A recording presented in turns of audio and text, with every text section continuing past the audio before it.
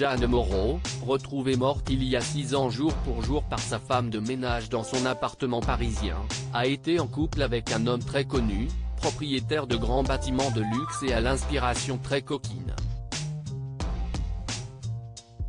Le 31 juillet 2017, soit il y a 6 ans jour pour jour, le corps inanimé de l'actrice Jeanne Moreau avait été découvert par sa femme de ménage, dans son appartement parisien du square du Roule, rue du Faubourg Saint-Honoré.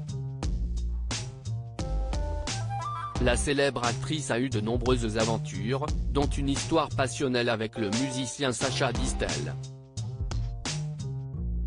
Elle a également été la muse du regretté couturier Pierre Cardin. Un homme avec qui elle sera restée 4 ans, qui confiera un jour avoir comme regret de ne pas avoir eu d'enfant avec elle.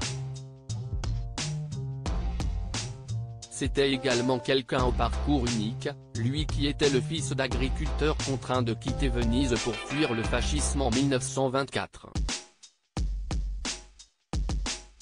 Il est toutefois resté très attaché à la reine de l'Adriatique, où il y possédait un palais, qui n'est autre que l'ancienne demeure du célèbre aventurier Giacomo Casanova.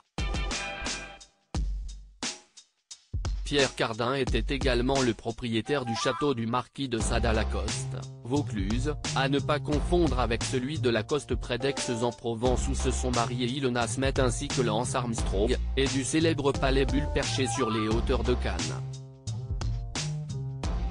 Il disait d'ailleurs de ce palais que s'y est le corps d'une femme, comme le rapporte le magazine Vogue.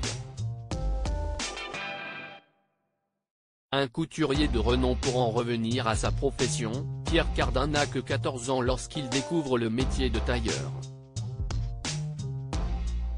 Après quelques stages à Saint-Étienne et Vichy, il tente sa chance à Paris à la fin de la Seconde Guerre mondiale, chez Jeanne Paquin.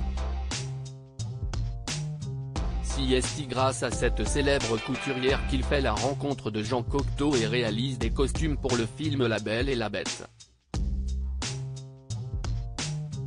Après un bref passage chez Elsa Schiaparelli, Pierre Cardin devient premier tailleur chez Christian Dior dès l'ouverture de la maison en 1946. Il décédera le 29 décembre 2020 à 98 ans, à l'hôpital américain de Neuilly. La robe bulle, le style futuriste, le costume Mao, les premiers vêtements unisexes. Il aura été une véritable figure de la mode.